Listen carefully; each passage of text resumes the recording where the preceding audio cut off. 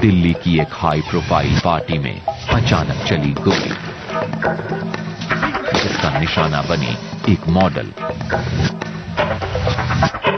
ये एक सीधा मर्डर केस था जिसके चश्मदीद थे कई लोग। लेकिन पॉलिटिक्स, पावर और पैसे के गेम ने इस कत्ल को बना दिया भारत की एक सेंसेशनल मर्डर मिस्ट्री। इस केस में होस्टाइल हो गए अहम गवाह, मिटा दिए गए कई सबूत, लेकिन फिर भी दिल्ली पुलिस की इन्वेस्टिगेशन ने आखिरकार कातिल को बेनकाब कर दिया।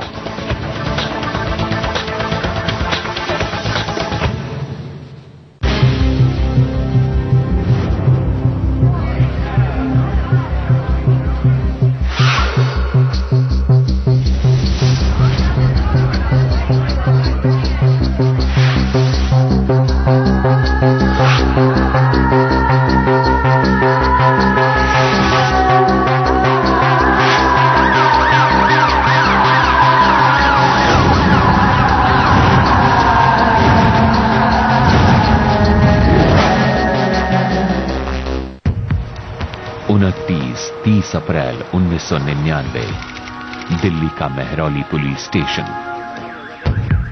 पुलिस वाले रोजाना की तरह अपनी ड्यूटी कर रहे थे कि तभी अचानक वायरलेस पर एक मैसेज की आवाज गूंजी।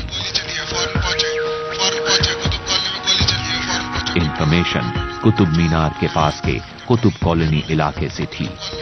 वहां गोली चली थी। पुलिस स्टेशन में सुनील कुमार और शरद कुमार नाम के 2 सब इंस्पेक्टर तैनात थे। ये दोनों फौरन पुलिस टीम के साथ घटना स्थल के लिए रवाना हो गए।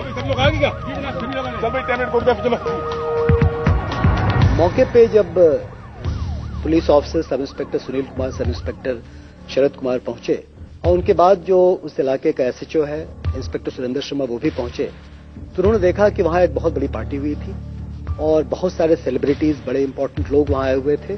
पुलिस को यह मालूम हुआ कि यह पार्टी जहां चल रही थी उसको टैमरिंड कोर्ट कहते हैं, tamarind court cafe. Tamarind court cafe Delhi का जाना माना सेलिब्रिटी डेस्टिनेशन था। कैफे की मालकिन बीना रमानी ने यहां एक खास ढंग की पार्टी की शुरुआत की थी। इन पार्टीज को थर्सडे पार्टीज के नाम से जाना जाता था। इन पार्टीज की सबसे बड़ी खूबी ये थी कि यहां शराब मॉडल्स सर्व करते थे। 29 और 30 अप्रैल की रात भी यहां थर्सडे पार्टी चल रही थी, जिसमें मॉडलिंग और फैशन की दुनिया के अलावा हॉलीवुड के मशहूर स्टार स्टीवन सीगल भी मौजूद थे। शहर के बड़े मशहूर लोग आए हुए थे, सेलिब्रिटीज थे, फैशन डिजाइनर्स थे और भी इस ढंग के लोग थे और उस पार्टी में यह घटना हुई थी। पुलिस को जल्दी ही इस बात का पता चल गया कि गोली एक लड़की को लगी है और उसे सफदरजंग एन्क्लेव इलाके के आशलोक हॉस्पिटल ले जाया गया है।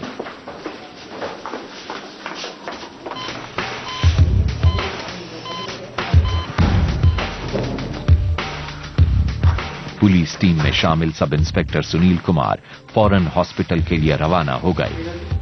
हॉस्पिटल में सब इंस्पेक्टर की मुलाकात टैमरिंड कोर्ट कैफे की ओनर बीना रमानी से हुई। हाँ, वो लड़की जेसिका है जिसको गोली लगी है। बीना रमानी दिल्ली की एक बड़ी मशहूर जानी मानी सोशलिस्ट हैं और बीना रमानी ओनर भी हैं इस जगह की जहां पे घटना हुई थी। बीना रमानी ने बताया जेसिका लाल नाम की एक मॉडल है, उसको गोली लगी है, लेकिन आगे डिटेल नहीं बताते हुए बीना रमानी ने ये कहा कि शयान मुंशी जो कि उनके साथ ही बारटेंडर का काम कर रहे थे वो बेहतर बताएंगे और उनको सारी बात मालूम है। लिहाजा सब इंस्पेक्टर सुनील कुमार ने शयान मुंशी से बात की और शयान मुंशी ने इस पूरे के पूरे घटना का हवाला दिया। पुलिस शुरुआती बयान दर्ज कर रही थी। शयान मुंशी का स्टेटमेंट लेने के बाद मेहरौली पुलिस स्टेशन में इस केस की एफआईआर भी दर्ज कर ली गई। और सीलिंग के फायर करने के बाद उसने सीधे जेसिका को शॉट कर दिया। मैं जिस लड़के ने शूट किया मैं उसे पहचान सकता। अब पुलिस का अगला कदम इस बात का पता लगाना था कि टैमरिंड कोर्ट कैफे में आखिर हुआ क्या था। गवाहों के बयान से या गवाहों की बातचीत से ऐसा मालूम हुआ कि जिस व्यक्ति ने गोली चलाई थी उसके साथ 4 लोग और थे और आने के बाद ये लोग पार्टी में दे वर मूविंग अराउंड, शराब पी रहे थे। ये पार्टी खत्म हो चुकी थी 1:30 बजे के आसपास, डिक्लेयर टू बी क्लोज। और उसके बाद शराब की तलब थी इस आदमी को, वो और शराब चाहता था। उसे 2 पैग शराब और चाहिए थी। वो बार काउंटर पर खड़ा होकर शराब मांग रहा था। Excuse me. Yes. Hello. Can I get a drink, ma'am? Sorry, bar is closed. उस वक्त बार काउंटर पर जेसिका लाल, बीना रमानी की बेटी मालिनी रमानी और श्यान मुंशी खड़े थे। शराब के लिए बुरी तरह से बेचैन हो रहा वो शख्स लड़ने पर आमादा था। उसने शराब के लिए 1000 रुपए देने की कोशिश की, लेकिन मालिनी रमानी ने उसकी मांग को नजरअंदाज कर दिया। वो मालिनी रमानी से झगड़ पड़ा। Offering is 1000 rupees and I'm sure I can get a sip of you. Will you shut up? वहां जेसिका लाल उसे समझा रही थी, लेकिन उस पर शराब की जिद का नशा सवार था। जेसिका लाल इस मुसीबत को किसी भी तरह टालना चाहती थी, लेकिन शायद उसे इस बात का अंदाजा नहीं था कि अगले ही पल यहां धमाका होने वाला है। मुझे मना कर रही है? Shut up. उस आदमी ने पिस्तौल निकाल ली थी। जेसिका लाल कुछ कहती, इससे पहले ही उसने फायर कर दिया। पहला फायर सीलिंग पर लगा, लेकिन उसने फौरन दूसरी गोली भी चला दी। ये गोली जेसिका लाल की बाईं आंख के पास लगी। पार्टी में मौजूद हर कोई सन्न रह गया। चारों तरफ हड़कंप मच गया। इस बेहद हाई प्रोफाइल पार्टी में गोली चल गई थी, जिसका निशाना बनी मॉडल जेसिका लाल। ब्रेक के बाद देखेंगे मॉडल जेसिका लाल के मर्डर के बाद क्या था इस कातिल का अगला कदम। अंडर प्रेशर थी दिल्ली पुलिस। मीडिया में बेहिसाब पब्लिसिटी हो रही थी, हर आदमी इसमें इंटरेस्टेड हो रहा था। पुलिस को आखिरकार मिल गया मॉडल जेसिका लाल के मर्डरर का पहला क्लू। उस पार्किंग में एक ब्लैक कलर की टाटा सफारी खड़ी थी।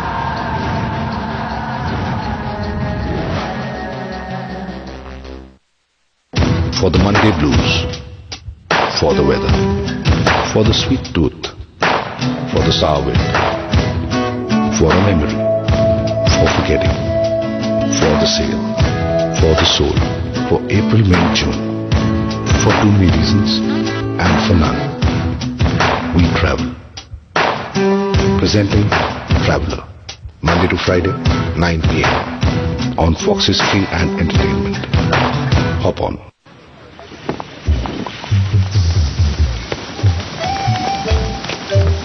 आ जाओ। हाँ, आपको तो आदत है। आदत क्यों? लाइफ इंश्योरेंस कितने का है? 3 लाख। दिखते तो 30 लाख के और इंश्योरेंस सिर्फ 3 लाख का। हाँ तो क्या लगता है जरूरत पड़ने पे सालों साल चलता रहेगा? जादू है क्या? तो क्या करूं? अरे यार, एकाउंट रेडी की सलाह लो। कम इंश्योरेंस लेने की बीमारी है KILB। हाँ, KILB से बचो और कॉल करो और जानो अपना सही इंश्योरेंस अमाउंट। KILB से बचो, आदत बदलो। This him? Yep. What color would he like? How about a nice red? Yeah, I don't mind that. Stephanie Khan is painting my house. Just in time. Hi. Who are those guys?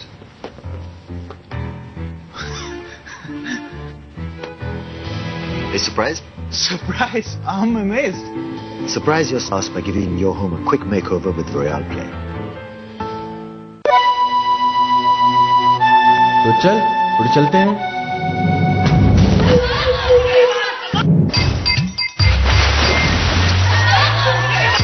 कुछ भी कर जाके मुझे ले जा, नहीं तो 3 दिन में मेरा निकाह करा देंगे।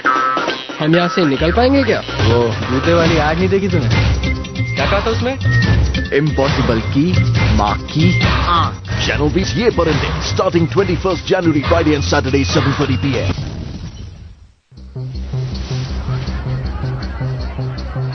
आपने देखा दिल्ली की एक बेहद हाई प्रोफाइल पार्टी, जिसमें मौजूद थी कई नामचीन हस्तियां।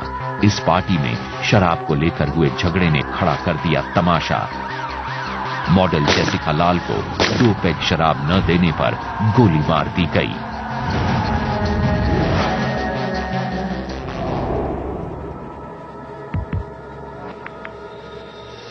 दिल्ली पुलिस की चार्जशीट के मुताबिक टैमरिंड कोर्ट कैफे में मॉडल जेसिका लाल को गोली मारने के बाद वो शख्स बाहर की तरफ भागा। बीना रमानी ने उसे रोकने की कोशिश की लेकिन नाकामयाब रही।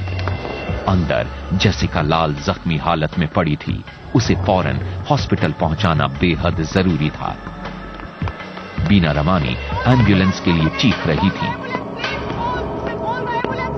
कि तभी अचानक बीना रमानी के पति जॉर्ज मेलहॉट भी वहां पहुंच गए।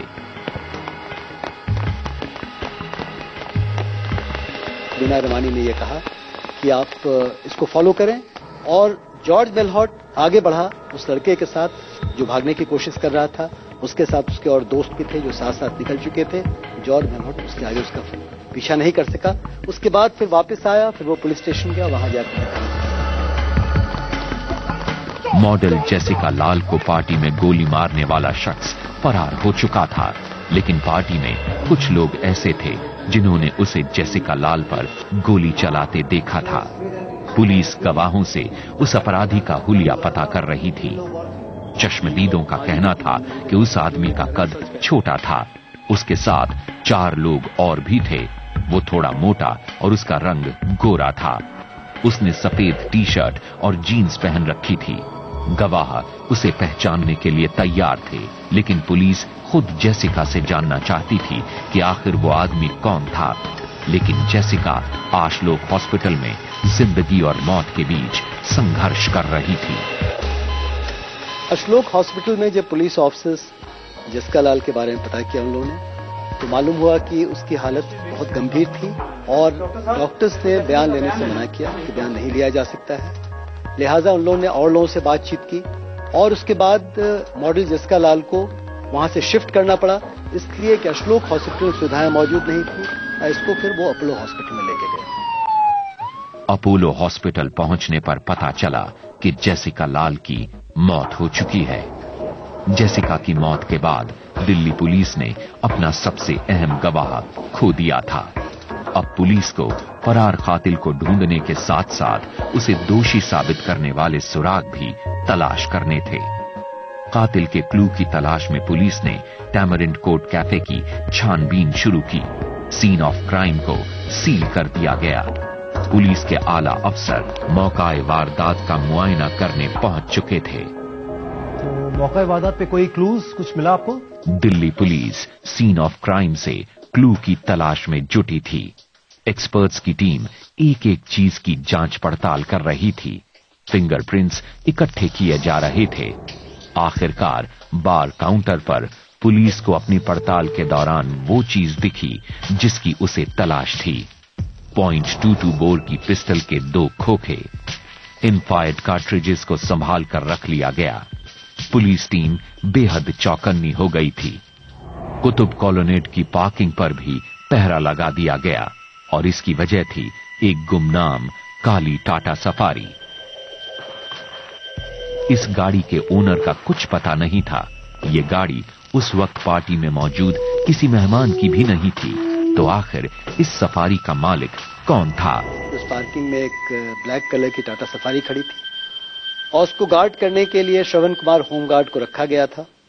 जब वहां उसको गार्ड कर रहा था तभी अचानक एक बात उसने देखी जो बड़ी अनहोनी सी बात थी कि 2 लड़के, एक कॉम्प्लेक्शन लड़का, एक सरदार, ये दोनों वहां आए। वो लोग एक टाटा सिएरा गाड़ी में आए थे। आने के बाद उन लोगों ने निकल करके एक लड़के ने गाड़ी को खोल करके ले जाने की कोशिश की। दिल्ली पुलिस की चार्जशीट के मुताबिक होमगार्ड श्रवण कुमार ने टाटा सफारी को लेकर भाग रहे उस लड़के को रोकने की पूरी कोशिश की। उन दोनों के बीच हाथापाई हुई और आखिर में वो लड़का गाड़ी लेकर भाग निकला। होमगार्ड श्रवण कुमार तेजी से गाड़ी के पीछे दौड़ा और उसने गाड़ी की ड्राइवर साइड के पिछले शीशे पर डंडे से वार किया, लेकिन वो टाटा सफारी रुकी नहीं। श्रवण कुमार